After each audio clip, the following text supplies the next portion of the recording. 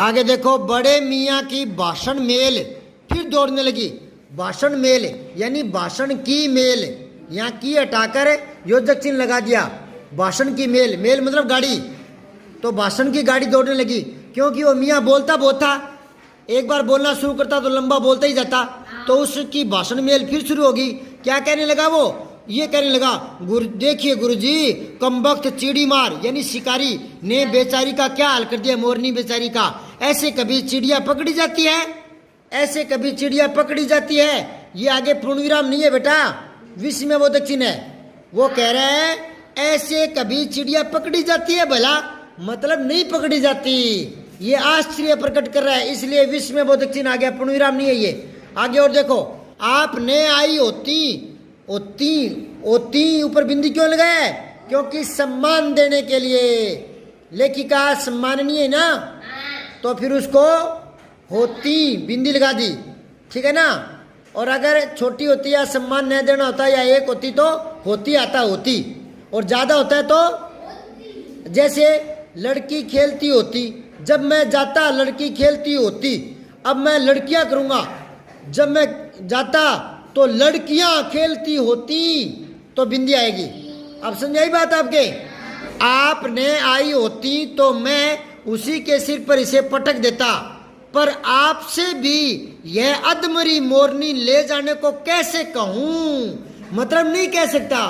तो ये कैसे कहूं, ये पूछ नहीं रहा, कैसे कहूं पूछ नहीं रहा। अगर ये पूछ रहा होता ना, कैसे कहूं पूछ रहा होता, तो यहाँ प्रश्नवाचक चिन्ह आता। लेकिन ये कह रहे हैं, हाँ बता रहा है, खुद ही बता रहा है कि मैं आपको तो कैसे कहूं कि टूटे हुए पैरों की आप ले जाओ, नहीं कह सकता। कैसे कहूं मतलब नहीं कह सकता, इसलिए ये विश्व में वो दक्षिण आया है, ठीक है। सारांश यह है कि 7 रुपए देकर मैं उसे अगली सीट पर रखकर घर ले आई। बात ये हुई कि माधवी को फिर दे आ गई। एक बार तो ऊपर लाइन आई थी कि मैं मियाँ की दुकान की तरफ देखना नहीं चाहती थी, क्योंकि अगर मैं जाऊंगी देखूंगी तो मन ललचाएगा, कोई ना कोई पक्षी और ले आऊंगी।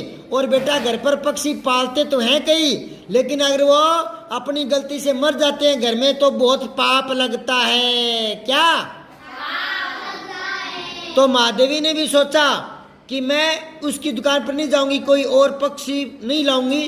पर क्या हुआ कि अचानक उसकी दुकान की तरफ नजरें चली गई, तो देखा तो बड़े मियाँ के पैर के पास एक मोरनी पड़ी थी।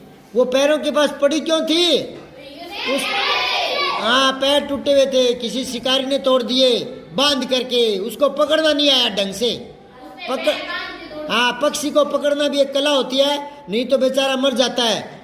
तो ये कह रही है कि वो पड़ी थी तो मैं उसको ले आई 7 रुपए में। कितने रुपए में लाई? 7। और पहले नीलकंठ और राधा को कितने में खरीदा था? 35 से। तो इसको 7 में कैसे खरीदा? हाँ, पैर टूटे हुए थे, और 35 में वो 2 थे। कितने थे? और ये एक ही थी। हाँ, ऐसे पीछे की सारी बातें याद रखोगे तो पूरा पाठ भी समझ में आएगा, और फिर लास्ट वाले प्रश्न उत्तर याद नहीं करने पड़ेंगे। हिंदी में यही तो मजेदार बात होती है। गणित के सवाल तो सूत्र रट रट के निकालने पड़ते हैं, हिंदी में तो कहानी कविता एक बार ध्यान से उसका अर्थ समझ में आ गया तो उसमें से कोई भी बात भले ही पूछ लो और कभी भी पूछ लो। अब हमने एक बार रामायण की बातें सुन ली तो बूढ़े हो जाएंगे, मर जाएंगे तो भी यूं ही कहेंगे कि सीता को रावण ले गया था, यूं नहीं कहेंगे कुंभकर्ण ले गया था। हाँ, तो कहानियां एक बार पढ़ा करो, ढंग से पढ़ा करो। जब मैं पढ़ा रहा होता हूं तो पूरा ध्यान मेरी बातों की तरफ। वाह बेटे, कई मेरे बेटे समझदार हो गए। कैसे पढ़े? हमेशा हाँ, तो ध्यान से पढ़ा करो। सारे प्रश्न उत्तर फिर घर पर याद नहीं करने पड़ेंगे, समस्या यही हल हो जाती है। सारी कहानी याद होगी तो इसी में से तो प्रश्न पूछेगा ना, कोई आसमान से तो उतार के लाएगा नहीं बातें, इन्हीं बातों में से पूछेगा। और अब आपको ये बातें क्यों बता रहा हूँ ढंग से एक एक पंक्ति पढ़ने की, क्योंकि 10वीं और 12वीं क्लास में बोर्ड में पीछे वाले प्रश्न नहीं आते, बीच में से आते हैं। तो अभी से अभ्यास करो, सारे पाठ को बीच में से ढंग से समझना, ठीक है। अब आगे देखो प्यारे बच्चों, सब्सक्राइब करके बेल आइकन ज़रूर दबाएं।